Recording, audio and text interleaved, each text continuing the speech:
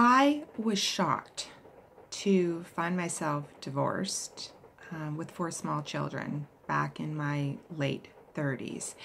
And for a lot of years after my divorce, I really struggled to find a relationship.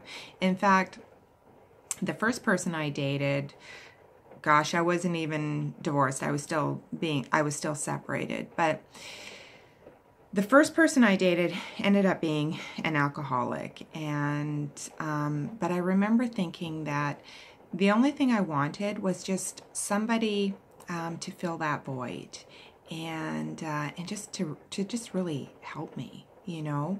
And I really didn't know what I was doing with my life. I didn't know where I was going, what I was doing, how I was going to manage. I mean, I did have young kids at the time. But, you know, eventually I kind of got it together because the kids were really young.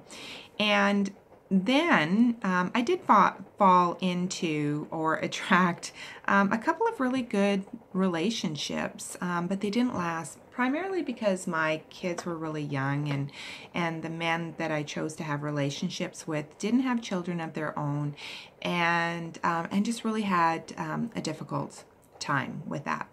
So, but what is really significant, important, and what I really want to share today is that after the second significant relationship ended, I was absolutely crushed and devastated. So by this time now, I'm in my early 40s, and I call that a divorce because it had the same emotional effect on me as my divorce did, and it left me actually even more crushed and just devastated. And so now I had to pick up the pieces of my life again. And now my kids are a little bit older, and they're, you know, teenagers, and they still very much need me, but they don't need me as much. And I set about trying to get my shit together.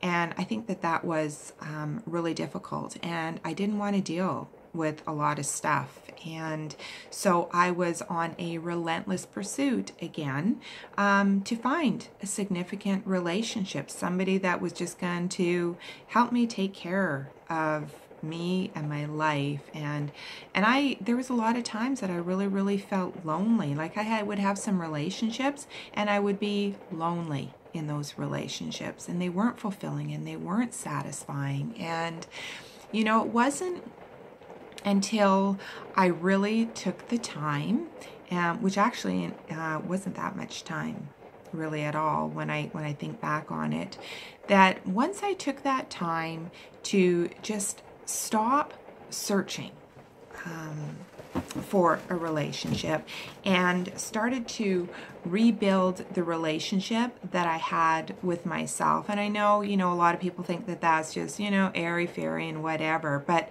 the reality of it is if you don't feel good about yourself and who you are, and you aren't confident in yourself, you are going to continually attract the same type of people into your life, and it's just going to be one shit storm after another.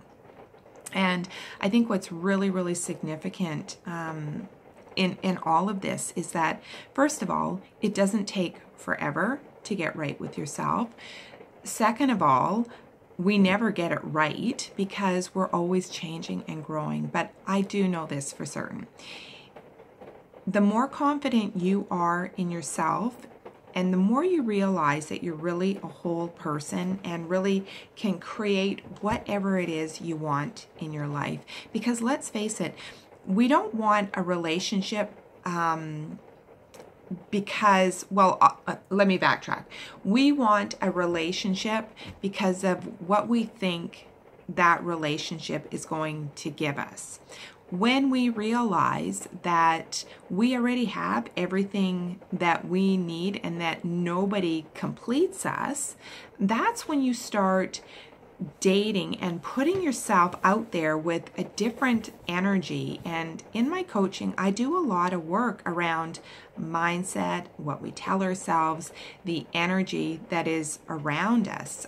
You can imagine that if you are, feeling really low and really blue and you're kind of dragging yourself through your life and most of your thoughts are not happy thoughts, maybe you're worried about money, or maybe you don't like the way you look or your weight, and maybe you're not happy in your career, whatever it happens to be. But if your predominant thoughts are, negative Nelly, and you're feeling, you wake up in the morning and you just, you wake up in a bad mood, or maybe not a bad mood, but a kind of bluesy mood, more often than not, then that is the energy that you put out there. And when you drag that energy into a relationship with you, you're only going to attract somebody who matches you energetically. And so by taking the time to really get right with yourself, and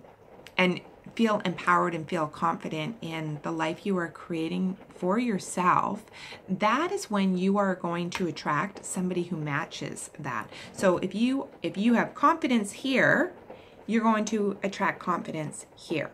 If you are Debbie Downer here, you're going to attract, David Downer over here. Like, you can't attract, positive man up here if you're feeling like that down here. So if you are one of those women who are really struggling with loneliness and struggling to find that relationship, or maybe you're in a relationship right now that just isn't doing it for you, then look inside yourself and ask yourself, what is it that you need to do for yourself to make you feel good? Because it is all about making ourselves feel good. The better we feel inside, and that includes, our thoughts, the more we change the energy outside of us and around us.